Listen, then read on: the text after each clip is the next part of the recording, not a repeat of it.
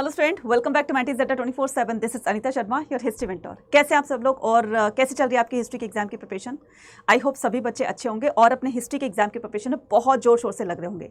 लेकिन इसी प्रिपरेशन के दौरान कहीं ना कहीं थोड़ी सी टेंशन भी हो रही है, घबराहट भी हो रही है कि पता नहीं कैसे क्वेश्चंस आएंगे और कैसा हमारा एग्ज़ाम होगा, मार्क्स कम आएंगे वगैरह वगैरह। और कहीं ना कहीं ऐसा भी लग रहा होगा कि काश हमें कुछ ऐसा पता चल जाए एग्ज़ाम से पहले, हिस्ट्री के एग्ज़ाम से पहले, कि किस चैप्टर से कैसे क्वेश्चंस पूछे जाते हैं, ताकि हम उन पर फोकस करके अपनी प्रिपरेशन को और एक कदम आगे तक ले जा सके और अपने बोर्ड एग्ज़ाम में अच्छा स्कोर कर सके। तो आपकी इस टेंशन को इस वीडियो के अंदर मैं करने वाली हूँ दूर।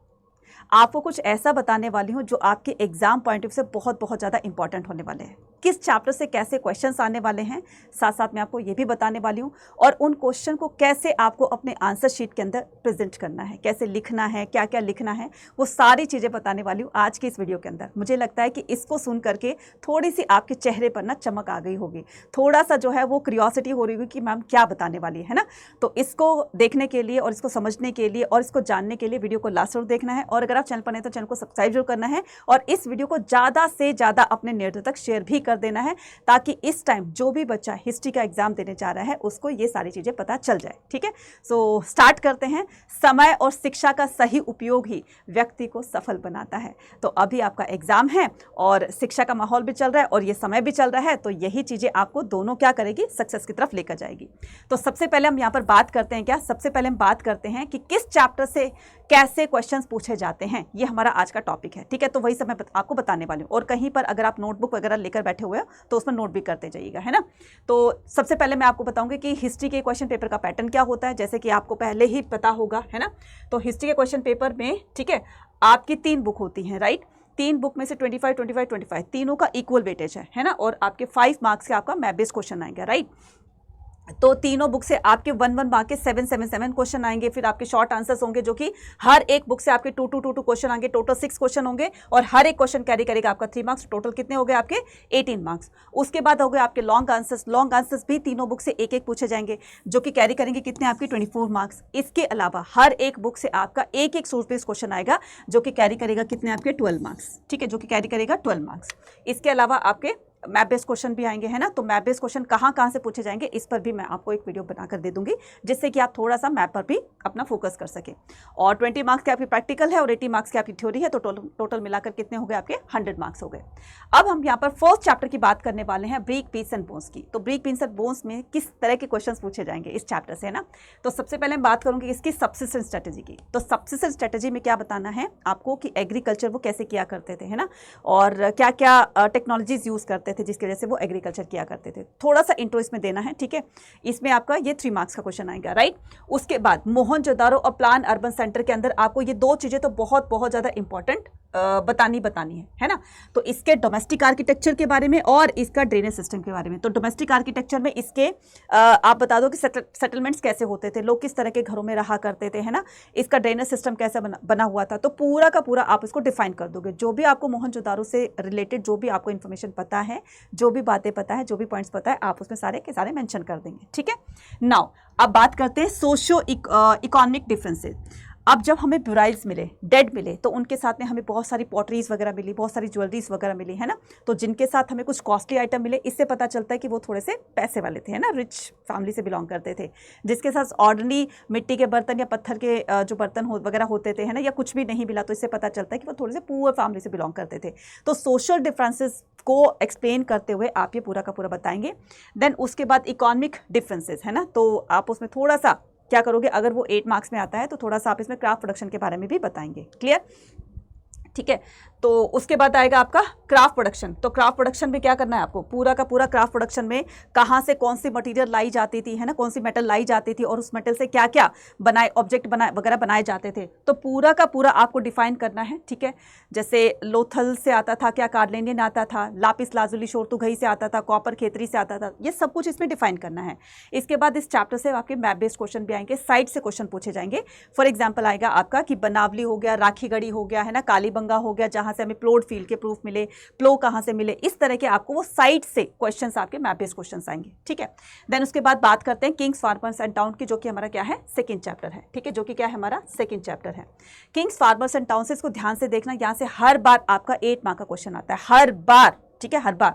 Now the main features of the Maurya administration, तो मौर्य एडमिनिस्ट्रेशन के मेन फीचर्स को आपको बताना है।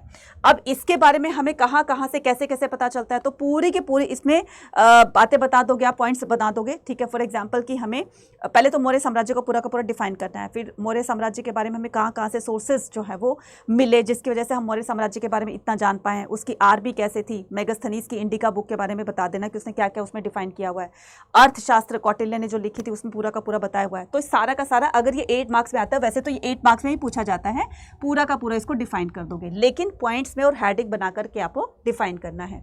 प्रशस्ति, प्रशस्ति जो है किस तरीके से गुप्ता रूलर के बारे में एक फैक्चुअल इंफॉर्मेशन देती है, ठीक है।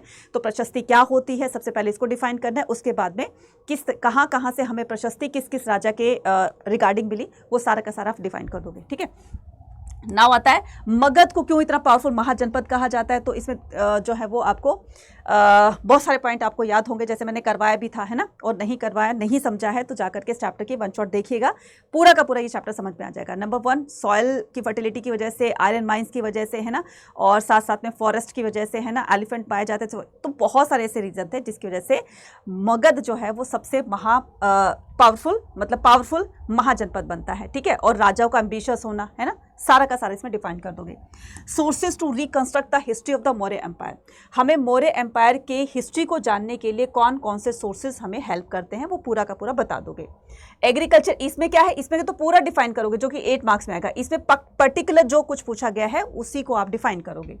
द एग्रीकल्चर प्रैक्टिस, तो एग्रीकल्चर कल्टिवेटर्स किस तरीके से करते थे जिसकी वजह से एग्रीकल्चर प्रोडक्शन इंक्रीज होता था। आयरन प्लो, टिप्ड शेयर जो प्लो होते हैं उनको यूज करते थे, जो रिवर के आसपास के क्षेत्र होते थे वहां पर जब एग्रीकल्चर की जाती थी, कल्टीवेशन की जाती थी, वहां का प्रोडक्शन बहुत अच्छा होता था। और आयरन प्लो की वजह से जब उसकी प्लोइंग किया करते थे तो इससे क्या होती थी, जमीन नीचे तक अच्छी से डीप डेप्थ में जो है उसकी खुदाई होती थी और प्लांट अच्छे से ग्रो करते थे। तो कुछ ऐसे रीजन लिखोगे जिसकी वजह से ये पूरा का पूरा आप उसको डिफाइन करोगे, ठीक है। नेक्स्ट आता है हमारे पास क्या, इरिगेशन के रिसोर्सेज बहुत अच्छे थे क्योंकि रिवर होने की वजह से इरिगेशन के जो है वो उनको सोर्सेज अवेलेबल हो जाते थे। अब आता है हमारे पास किंग्स, फार्मर्स एंड टाउन, ठीक है। तो किंग्स, फार्मर्स एंड टाउन से बहुत ज़्यादा तो क्वेश्चन नहीं आते हैं, हाँ जो एक बहुत इंपॉर्टेंट क्वेश्चन आता है वो है महाभारत को एक डायनेमिक एपिक क्यों कहा जाता है ना। तो पूरा का पूरा महाभारत को डिफाइन कर दोगे, राइट। क्यों कहा जाता है, क्योंकि ये खाली एक संस्कृत वर्जन तक ही सीमित नहीं, लिमिटेड नहीं रहा, बल्कि ये वर्ल्ड की मैक्सिमम लैंग्वेज में इसको ट्रांसलेट किया जा चुका है। अभी भी पास्ट को जानने के लिए ये महाभारत एपिक जो है वो मोर देन सफिशिएंट है, तो पूरा का पूरा उसको डिफाइन कर दोगे, ठीक है। उसके बाद कई बार गोत्र सिस्टम से भी क्वेश्चन आ जाता है आपके शॉर्ट आंसर्स में, और नॉर्म्स ऑफ द वर्ण ऑर्डर ये भी आपके शॉर्ट में आएगा, ठीक है। ये कर दोगे। इस चैप्टर से रेयर ही ऐसे क्वेश्चन होंगे जो आपके 8 मार्क्स से पूछे जाएंगे, ठीक है। बट फिर भी आपको अपनी पूरी तैयारी करके जानी है, लेकिन बच्चा आपको 1 मार्क क्वेश्चन के हिसाब से आपको पूरे चैप्टर्स को जो है वो अच्छे से गो थ्रू करना है, क्योंकि 1 मार्क क्वेश्चन कहाँ से क्या बन जाए नहीं पता है, इसलिए हर चैप्टर से आपके 1 मार्क के क्वेश्चन तो बने ही बनेंगे। थिंकर्स, बिलीव्स एंड बिल्डिंग, इसमें हम सबसे पहले क्या करेंगे, सबसे पहले हम टीचिंग्स ऑफ बुद्धास के बारे में क्वेश्चन पूछा जाता है हर बार। बौद्धिज्म और जैनिज्म के बारे में क्वेश्चन पूछा जाएगा, तो इसको भी बहुत अच्छे से आपको अच्छे से इसकी प्रैक्टिस करनी है, अच्छे से इसको स्टडी करना है। पुराणिक ऑफ हिंदुइज्म, है ना, हिंदुइज्म, पुराणिक हिंदुइज्म यानी कि ये जो बौद्धिज्म है, जैनिज्म है, फिर उसके बाद हिंदुइज्म आता है, शैविज्म और वैष्णविज्म, इसको भी इसमें डिफाइन करना है। केव टेम्पल बनने लग गए थे, है ना, पूरा का पूरा इसमें डिफाइन करना है, ठीक है। उसके बाद the structural and the sculptural features of the Sanchi stupa, Sanchi stupa में किस तरह के हमें स्कल्पचर्स मिलते हैं, पूरा का पूरा डिफाइन करोगे। पहले सांची स्तूपा को डिफाइन करोगे, देन उसके चारों तरफ जो गेट होते थे वहाँ पर उसके गेट में ही स्कल्पचर्स बने होते थे, तो जो ना सिर्फ बौद्धिज्म के बारे में बल्कि कुछ बौद्धिज्म से रिलेटेड नहीं भी थे, तो वो भी कुछ रीडर को, विजिटर्स को कुछ बताने की कोशिश करते थे, है ना। सारा का सारा डिफाइन कर दोगे। शलभंजिका कर दोगे और आपका हो जाएगा क्या, गजा लक्ष्मी हो जाएगा। इस तरीके से पूरा का पूरा डिफाइन कर दोगे। Why and how were the stupa built, ये आपका शॉर्ट में आएगा, ठीक है। स्तूपा को कैसे बिल्ड किया जाता था, इसमें राजा और जो आइवरी वर्कर्स होते थे और जो मोंक्स होते थे, भिक्खु भिक्खुनीस, इनके कंट्रीब्यूशन थे, स्तूपा को बनाया जाता था, पूरा डिफाइन कर दोगे, राइट। देन उसके बाद क्या करेंगे, through the eyes of traveller की बात करेंगे। इस चैप्टर से आपके 8 मार्क के क्वेश्चंस नहीं आएंगे, इसलिए इसको उस हिसाब से आपको फोकस करना है, राइट। तो what were the problem faced by the Al Biruni, तो अल बरूनी को इंडियन सोसाइटी को समझने में किस तरह की प्रॉब्लम को फेस करना पड़ा। संस्कृत नहीं आती थी, पहले उसने संस्कृत सीखी। ये जो उसने जो कहते हैं ना कि पॉल्यूटेड पीपल बोला कि कुछ लोगों को जो है बिल्कुल पॉल्यूटेड पीपल की कैटेगरी पे रखा गया है, उनको जो है मिक्स नहीं किया जाता है, वगैरह वगैरह, पूरा का पूरा उसको डिफाइन कर देना। मतलब 3 मार्क में क्वेश्चन आ सकता है ये, right. Ibn Battuta found Delhi as the, Ibn Battuta ने दिल्ली के बारे में, है ना, दिल्ली के बारे में और अदर इंडिया की सिटी के बारे में उसके क्या व्यूज़ थे, दौलताबाद कैसा था, दिल्ली कैसा था, क्या क्या लोगों को उसमें अपॉर्चुनिटीज मिल सकती थी, है ना, पूरा का पूरा डिफाइन करोगे। और इसके अलावा अगर क्वेश्चन आ सकता है तो वो क्या आ जाएगा आपका, इसमें आ जाएगा आपका पोस्टल सिस्टम, है ना। इसको भी आपको क्या करना है, पोस्टल सिस्टम को भी आपको अच्छे से पढ़ना है, ठीक है। पोस्टल सिस्टम 2 तरह के होते थे, एक होता था फुट पोस्ट, एक होता था हॉर्स पोस्ट, पूरा का पूरा डिफाइन कर दोगे। मैंने बहुत अच्छे तरीके से समझाया हुआ है। अगर आपको चैप्टर और अच्छे तरीके से समझना है और उसको 2x स्पीड पर देखकर जरूर जाइएगा, ताकि आपको सारे कंसेप्ट फिर से क्लियर हो जाएं जो भी आपके थोड़ा सा तुम भूल गए हो उसको, ठीक है। उसके बाद बर्नियर के इम्पेरियल लैंड ऑनरशिप के बारे में उसके क्या व्यूज़ थे, मतलब बर्नियर कहता था कि पूरी की पूरी अथॉरिटी जो है वो मुगल राजा के हाथ में होती है, तो उसको डिफाइन करना है आपको, ठीक है। नाउ उसने ईस्ट को वेस्ट से कंपेयर किया। अब हम बात करते हैं an imperial capital of Vijayanagar. बच्चे ये बहुत बहुत इंपॉर्टेंट है, ये चैप्टर 7 जो है ये बहुत इंपॉर्टेंट है, तो इसको आप लाइटली मत लीजिएगा, क्योंकि इस चैप्टर से आपके काफ़ी सारे क्वेश्चंस जो हैं वो हर बार पूछे जाते हैं, आपके हर तरह के question, 1 marker, 3 marker, 8 marker, map based question, source based question वगैरह वगैरह, ठीक है। तो अब the contribution of the Krishnadeva Raya in the expansion of the, मतलब कृष्णदेव राय का कॉन्ट्रीब्यूशन क्या रहा विजयनगर के एक्सपेंशन में, किस तरीके से उसने इतने बड़े विजयनगर को मतलब दूर दूर तक फैलाया। उसके बाद highlight the aspect observed and Domingo Paes, तो दामिंगो पेस ने महानंबी डिब्बा को डिफाइन करते हुए अपने क्या क्या व्यूज दिए, महानंबी डिब्बा को पूरा का पूरा डिफाइन करना है। Why were the water sources the Vijayanagar empire develop, तो वाटर रिसोर्सेज क्यों बनाए गए थे, हिरिया कैनाल बनाई गई थी, कमरापुरम टैंक बनाए गए थे, है ना, और क्यों बनाए जाते थे, क्योंकि वहाँ पर वाटर की कमी, पानी की कमी देखी जाती थी, तो इसी वजह से वाटर जो है अरेंजमेंट्स किए जाते थे ताकि लोग जो है इरिगेशन के लिए उसको यूज़ कर सके, वगैरह वगैरह, सारे पॉइंट्स बनाकर लिख दोगे। नेक्स्ट आता है आपके पास विजयनगर वॉज द करेक्टर, ये क्वेश्चन जो है हर बार पूछा जाता है आपका 8 मार्कर में। विजयनगर अपने बिल्डिंग स्टाइल के लिए जाना जाता है, तो कौन कौन सी बिल्डिंग, कैसी कैसी बिल्डिंग थी और कहाँ पर थी रॉयल सेंटर के अंदर, ये पूरा का पूरा आपको डिफाइन करना है, ठीक है। मैं करवाऊंगी, डोंट वरी, ये सारे क्वेश्चंस करवाऊंगी, इसलिए आपको क्या करना है, चैनल को रेगुलर क्या करना है, विजिट करना है और सारे सेशंस को, मेरे सारे सेशन को अटेंड करना है। डेफिनेटली बच्चा हर एक वो मैं क्वेश्चन कराऊंगी जिससे कि आप अपने board exam, history board exam में फुल स्कोर करोगे। इसलिए अगर आपको ये क्वेश्चन जानने हैं पूरी की पूरी एक्सप्लेनेशन के साथ में, तो मेरे साथ जुड़े रहिएगा, ठीक है। नेक्स्ट बात करते हैं पीजन जमींदार एंड द स्टेट। यहां से क्वेश्चन आता है आपका, हर बार क्वेश्चन आता है कि जाति पंचायत का क्या रोल था, ठीक है, जाति पंचायत क्या होती थी 16-17 सेंचुरी में।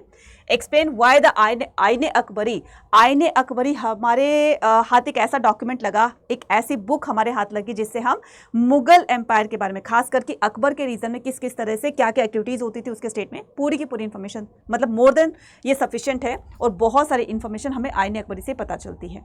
तो पहले आईने अकबरी को डिफाइन कर दोगे, है ना। आईने अकबरी अकबरनामा का 3rd पार्ट थी, है ना, और जो है इसको अकबर ने लिखवाया था, किससे लिखवाया था, अबू फजल से। तो पहले क्या करोगे आप, आईने अकबरी को डिफाइन कर दोगे, ठीक है। फिर उसके बाद उसमें क्या क्या चीजें बताई गई थी, एग्रीकल्चर के बारे में, रेवेन्यू सिस्टम के बारे में, फिस्कल स्टेट्स के बारे में, सब कुछ बता दोगे, है ना।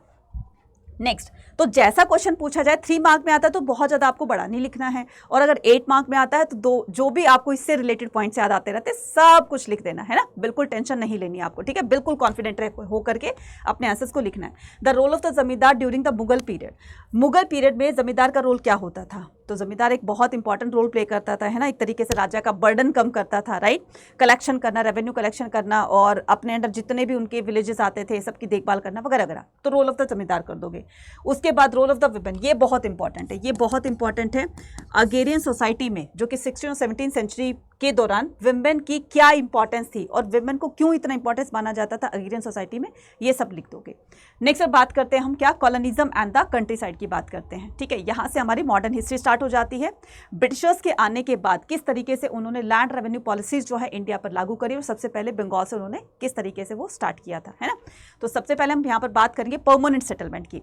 परमानेंट सेटलमेंट को क्यों लागू किया गया था और क्यों फेल हो गया था, है ना, तो ये करोगे। कॉर्नवालिस ने 1793 के अंदर पूरा का पूरा डिफाइन कर दोगे परमानेंट सेटलमेंट क्या था, कब किसने क्या लागू किया था, फिर इसको डिफाइन कर दोगे। ये आप 3 मार्कर के हिसाब से आप इसको कर सकते हो, ठीक है। द बैटल बिटवीन द हो एंड द प्लो, ये बहुत बहुत बहुत बार पूछा जाता है कि हो एंड प्लो यानी कि पहाड़ियास और सांथाल के बीच में ये जो कॉन्फ्लिक्ट होते थे ये किस वजह से होते थे, रीजंस आपको बताने हैं, ठीक है। उसके बाद आपका आ जाएगा what was the limitation law, why was the consider as the symbol of the operation against the ryot in 19th century. तो लिमिटेशन लॉ क्या था जो 1859 के अंदर क्या किया गया था, लिमिटेशन लॉ 1859 के अंदर लागू किया गया था, वहां पर 3 साल के लिए बॉन्ड साइन करवाया जाता था वगैरह, सब कुछ मैंने करा दिया है ना, फिंगर टिप्स पे था, राइट। जोतेदार ने किस तरीके से जमींदार की एक जो इमेज थी उसको वीक कर दिया था, उसकी जो प्रेस्टीज थी, उसकी जो उसका मान सम्मान रुतबा वगैरह जो भी था, तो इनके आने से वो धीरे धीरे डाउन होने लगता है ना। क्यों डाउन होने लगता है, कैसे डाउन होने लगता है, ये सारी चीजें आपको बतानी है, राइट। उसके बाद examine the Deccan riot commission report, ठीक है। तो डेक्कन में जो ये हुआ था, रिवोल्ट हुआ था, क्यों हुआ था, कैसे हुआ था, और इसकी वजह से जो है वहां पर एक कमीशन बिठाना पड़ा कि भाई ऐसी सिचुएशन दोबारा ना हो, तो पहले तुम उन लोगों की प्रॉब्लम को सुनो और फिर उसको सॉल्यूशन दो, क्योंकि अगर मान लो दोबारा से ऐसी सिचुएशन होगी तो हमारे लिए कंट्रोल करना मुश्किल हो जाएगा। तो बॉम्बे डेक्कन रियाट कमीशन जो है, पहले तो बॉम्बे डेक्कन रियाट्स के बारे में बताओगे, फिर वो कमीशन के बारे में बताओगे, फिर उस कहाँ पर 1878 के अंदर वो जो रिपोर्ट सबमिट की गई थी उसके बारे में बताओगे, ठीक है। नेक्स्ट से बात करते हैं क्या, rebels and the Raj. Rebels and the Raj बहुत बहुत इंपॉर्टेंट चैप्टर है। इस चैप्टर से आपके 1 मार्कर, 3 मार्कर, 8 मार्कर, इस चैप्टर से आपके मैप बेस्ड क्वेश्चन, इस चैप्टर से आपके और सोर्स बेस्ड क्वेश्चन भी आ सकता है ना। तो सोर्स बेस्ड क्वेश्चन का थोड़ा सा यहाँ पर मैं 50-50 कर सकती हूँ, आ भी सकता है नहीं भी आ सकता। Examine how the Lord Dalhousie की पॉलिसी कौन सी थी, एनेक्सेशन पॉलिसी थी ना, कौन सी, डॉक्ट्रिन ऑफ लैप्स थी, है ना, जिसके थ्रू उन्होंने बहुत सारे स्टेट्स को एनेक्स्ड कर लिया था, है ना, अपने ब्रिटिश एम्पायर के अंदर मर्ज कर लिया था। तो पूरा का पूरा डिफाइन करना है, और किस तरीके से उसने अवध को कैप्चर किया, अवध को एनेक्स्ड किया, वो सारी की सारी चीजें आपको इसमें बता देनी है। किस तरीके से वाजिद अली शाह को डिथ्रोन किया गया है ना 1856 के अंदर, है ना, पहले वो सिचुएशन बनाई गई है ना, पूरा का पूरा डिफाइन कर दोगे। नेक्स्ट आता है सब्सिडियरी अलायंस। सब्सिडियरी अलायंस को बहुत बहुत बहुत अच्छे से आपको लर्न करना है, ये किसी भी फॉर्म में पूछा जा सकता है, ये 1 मार्कर में पूछा जाएगा, आपके 3 मार्कर में भी, और साथ साथ में आपको इसमें अगर ये 8 मार्क में क्वेश्चन आता है तो इसी से रिलेटेड ये भी है। तो सबसे पहले क्या करना है, आपको सब्सिडियरी अलायंस को अच्छी तरीके से यूज करना है, मतलब अच्छी तरीके से स्टडी करना है, और इसी सब्सिडियरी अलायंस को यहाँ पर भी आप लिख सकते हो, क्योंकि अवध के राजा ने, वाजिद अली शाह ने पहले इसको सब्सिडियरी अलायंस को क्या कर लिया था, एक्सेप्ट कर लिया था, लेकिन ऐसे भी तो उनके अवध जो है वो हाथ नहीं लगा था। अब क्या करेगा वो, जो मिस गवर्नेंस है ना, उसका एलिगेंस लगाएगा। तो आप इसको इसके साथ भी रिलेट कर सकते हो, राइट। उसके बाद रूमर्स और प्रोफेसेस, ये बहुत इंपॉर्टेंट है, ये बहुत इंपॉर्टेंट है, इसको ध्यान से देखना कि अफवाह जो होती है वो किस तरीके से एक आग का काम करती है ना। तो rumours and प्रोफेसेस played an important part in the moving the people into the action during the revolt of 1857। Rumour ने किस तरीके से इस रिवोल्ट को इतना बड़ा बना दिया, जिस टाइप की सिचुएशन चल रही थी तो रूमर ही तो थे, है ना। किसको पता था कि ये जो न्यू कार्टेजेस इसमें ग्रीस किया गया है, किसको, काउ और पिगफेट को, है ना, उसकी जो उनके जो बोन्स का पाउडर बना करके उस पर लेप किया गया, कुछ ऐसे क्या। तो रूमर्स थी, किसी ने उसके रिगार्डिंग कुछ भी बोल दिया तो लोग उस पर विश्वास किया करते थे, और इसी से ही ये धीरे धीरे धीरे रिवोल्ट जो है वो बहुत सारे जगहों पर फैल गया था। ये सारी चीजें लिख दोगे। Chain givenness in the Awadh and link the Prince Talukdar. तो इस अवध के कैप्चर करने के बाद किस तरीके से तालुकदार और जो पीजेंट्स थे, और जो क्या बोलते हैं, तालुकदार थे, पीजेंट्स थे, और वहाँ के राजाज वगैरह जो थे किस तरीके से ब्रिटिशर्स के अगेंस्ट हो जाते, क्योंकि कहीं ना कहीं उनको भी एक्सप्लॉइट किया जा रहा था। जब तक राजा था इनकी कहानी बहुत अच्छे से चल रही थी, जब राजा को डिथ्रोन कर दिया तो ये सारे के सारे बेसहारा हो गए, अब इनका कोई अता पता नहीं था, और ये बहुत ज़्यादा अपनी लाइफ में सफ़र कर रहे थे। ये पूरा का पूरा क्या कर दोगे, और किस तरीके से उन्होंने 1857 में ब्रिटिशर्स के अगेंस्ट फिर ये इनका सामना किया था। नेक्स्ट बात करते हैं Mahatma Gandhi and the national student. ये चैप्टर बहुत बहुत बहुत बहुत बहुत इंपॉर्टेंट है, राइट। इस चैप्टर से आपके 1 marker, 3 marker, 8 marker, source based question और मैप बेस्ड क्वेश्चन भी आएगा, ठीक है, और मैप बेस्ड क्वेश्चंस भी आएंगे, इसलिए इसको ध्यान से देखना, राइट। ये बहुत इंपॉर्टेंट है, जितने भी चीजें बता रही हूँ ना बहुत इंपॉर्टेंट है, इनको भी कर लोगे तो मोर देन सफिशिएंट है। तो आपके अंदर ये सारी चीजें करने से कॉन्फिडेंस तो इतना हाई हो जाएगा कि आप सारे क्वेश्चंस के आंसर बहुत अच्छे से देने वाले हो। In the history of the nationalism Gandhi ji was often identified with the making of a nation. Gandhi ji का पूरे हमारे फ्रीडम स्ट्रगल में क्या रोल रहा है, तो स्टार्टिंग से अगर ये 8 मार्क्स में आता है तो पूरा का पूरा डिफाइन कर दोगे, है ना। गांधी जी कब गए थे साउथ अफ्रीका, वापस कब आए, और वापस आने के बाद किस तरीके से उन्होंने अपने पॉलिटिकल करियर को स्टार्ट किया था इंडिया के अंदर, राइट। सॉल्ट मार्च, ये बहुत बहुत बहुत ज़्यादा इंपॉर्टेंट है। सॉल्ट मार्च और क्विट इंडिया मूवमेंट, है ना। क्विट इंडिया मूवमेंट कब, 1942 में, और सॉल्ट मार्च जो है वो 1930 में, 12 मार्च 1930 को स्टार्ट किया गया था। ये दोनों इंपॉर्टेंट है, बहुत इंपॉर्टेंट है, इसको तो जरूर से आपको करके जाना है। सॉल्ट मार्च में अगर 8 मार्क का क्वेश्चन आएगा तो सॉल्ट मार्च को स्टार्टिंग से लेकर के एंड होने तक बताना है, इसके सिग्निफिकेंस होने तक बताना है, इसके कंसिक्वेंसेस भी उसमें डालने हैं, ठीक है। और रही बात किसकी, क्विट इंडिया की, तो क्विट इंडिया को 8 अगस्त 1942 से बॉम्बे से स्टार्ट किया था। वहां से स्टार्टिंग से लेकर को किस तरीके से आप इसमें बंद वगैरह भी कर दोगे, है ना, पूरे चारों तरफ बंद लग गया था, किस तरीके से पॉलिटिकल लीडर को बंद जेल में बंद करने के बाद में जो अदर एक्टिविस्ट लीडर थे, मतलब जो यंग लीडर थे, इसको कैसे जो है वो कंटिन्यू कर रहे थे, ये सारी की सारी चीजें लिख दोगे किसमें, 1942 के इस क्विट इंडिया मूवमेंट को। गांधी जी, फिर आता है आपका Gandhi ji and the history of the national movement could be reconstructed. Gandhi ji के पॉलिटिकल करियर के बारे में कैसे पता चलता है ना, और किस तरीके से हमें उनके पॉलिटिकल करियर के बारे में जानने के बाद पता चलता है कि गांधी जी ने कौन कौन से नेशनल मूवमेंट में किस किस तरह की जो है उसको इनिशिएट किया था। Examine the causes and the contribution non cooperation movement, ये भी आपको करना है, नॉन कॉपरेशन मूवमेंट, है ना। और नॉन कॉपरेशन मूवमेंट के साथ साथ में बच्चा आपको ये भी करना है, कौन सा, सिविल डिसओबीडियंट मूवमेंट, जिसका कि सॉल्ट मार्च जो है एक पार्ट मान सकते हो, सिविल डिसओबीडियंट मूवमेंट, ठीक है। मोस्टली तो यही पूछा जाता है आपका, राइट, नॉन कॉपरेशन मूवमेंट पूछा जाता है, किस तरीके से नॉन कॉपरेशन मूवमेंट से इंडिया के फ्रीडम स्ट्रगल में एक और क्या करती है, एक और हवा देने का काम करता है ये, है ना। चलिए नेक्स्ट बात करते हैं फ्रेमिंग द कॉन्स्टिट्यूशन की। Why objective resolution of Nehru consider as the momentous resolution. इस ऑब्जेक्टिव रेजोल्यूशन को सबसे पहले आपको डिफाइन करना है कि ये क्या था, है ना। इसको किसने प्रेजेंट किया था, पंडित जवाहरलाल नेहरू ने कॉन्स्टिट्यूशन असेंबली के सामने, ठीक है। और साथ साथ में आपको नेशनल फ्लैग के बारे में बताना है कि किस तरीके से ऑब्जेक्टिव रेजोल्यूशन के साथ ही हमारे नेशनल फ्लैग को डिफाइन किया गया था बाय द पंडित जवाहरलाल नेहरू, है ना। ये पूरा का पूरा 3 मार्क के हिसाब से इसको कर दोगे।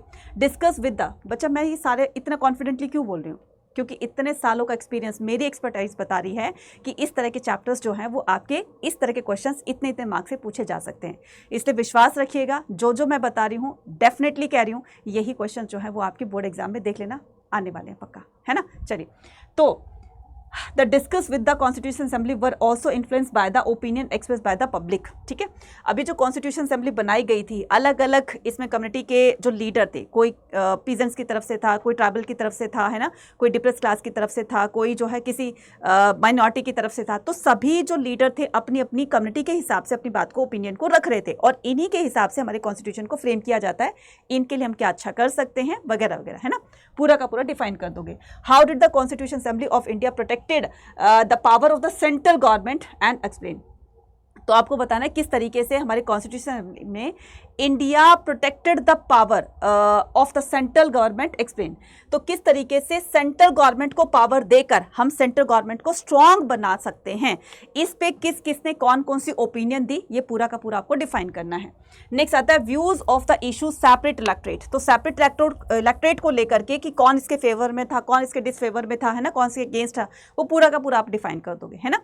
तो ये चैप्टर भी आपके चांसेस है इसमें से 8 मार्क का क्वेश्चन बन सकता है ना, अगर मैं बनाना चाहूँ तो यहाँ पर जैसे सेपरेट इलेक्शन को लेकर के 8 मार्क क्वेश्चन बन सकता है ना, और क्या कर सकते हैं, और राइट को लेकर के बन सकता है ना, राइट कैसे थे और किस किस को राइट दिए जाते थे, तो इस तरह के आप क्वेश्चन को डिफाइन कर सकते हैं। आई होप सारे क्वेश्चंस जो है वो आपको थोड़े से रिकॉल हो गए होंगे कि हमें इस तरीके से इस क्वेश्चन को ऐसे फ्रेम करना है ना। और अगर कॉन्फिडेंस आया, आंखों में चमक आई, चेहरे पे नूर आया, चेहरे पे चमक आई, तो फटाफट कमेंट सेक्शन में लिखकर बताओ कि ये वीडियो आपको कैसे लगी और कितना स्कोर आप इसके हिसाब से कर पाओगे, ये भी मुझे कमेंट सेक्शन में लिखकर बताना। अब जैसे हमारा हिस्ट्री का एग्जाम खत्म होगा, और हाँ बहुत सारे बच्चे पूछते हैं कि मैडम इसकी पीडीएफ कहाँ मिलेगी, तो पीडीएफ जो है वो मेरी कम्युनिटी पर मिलेगी, और कम्युनिटी का लिंक मैं अपनी हर वीडियो के नीचे डिस्क्रिप्शन में डलवा दूंगी, वहां पर क्लिक कीजिएगा और सारी की सारी पीडीएफ वहां से ले लीजिएगा। कम्युनिटी कैसे ज्वाइन करनी है, आपको अड्डा 24/7 की ऐप को डाउनलोड करना है, फिर आपको क्या करना है, यहाँ पर क्लिक करना है, यहाँ पर क्लिक करना है, यहाँ पर कम्युनिटी आ जाएगी, कम्युनिटी के बाद एक्सप्लोर ग्रुप पे क्लिक करना है, और यहाँ पर बहुत सारे टीचर्स हैं, उनकी कम्युनिटी यानी कि मेरी कम्युनिटी को ज्वाइन कर लेना, जहाँ पर आपको अनीता मैम दिखेंगी।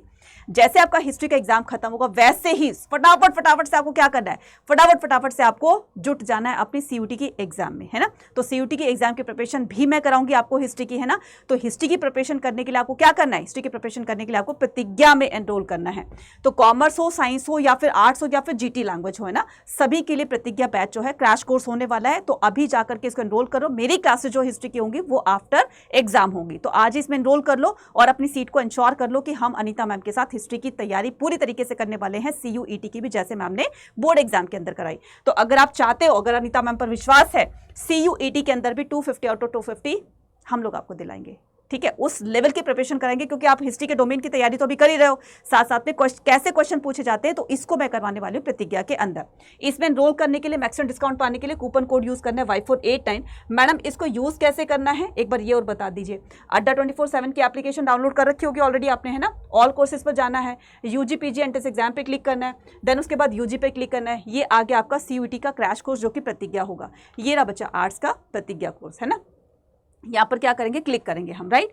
और इस पर मैक्सिमम डिस्काउंट पाना चाहते हो तो अनीता मैम का कूपन कोड लगा लेना। और कूपन कोड लगाने के लिए आपको क्या करना है, यहाँ पर कूपन कोड क्या रहेगा अनीता मैम का, Y489, है ना, Y489। बस इसको क्या करना है, अप्लाई कर देना है। अप्लाई जैसे ही करोगे वैसे ही ये कोर्स जो है वो देखिए आपका इतने का पड़ रहा है ना। तो अभी जाओ एनरोल कर लो, इसकी क्लासेस बाद में होंगी, ठीक है। So thank you very much. कैसी लगी आपको वीडियो, जरूर जरूर से इस कॉमेंट सेक्शन अंदर लिखकर बताओगे। Bye bye to all, thank you.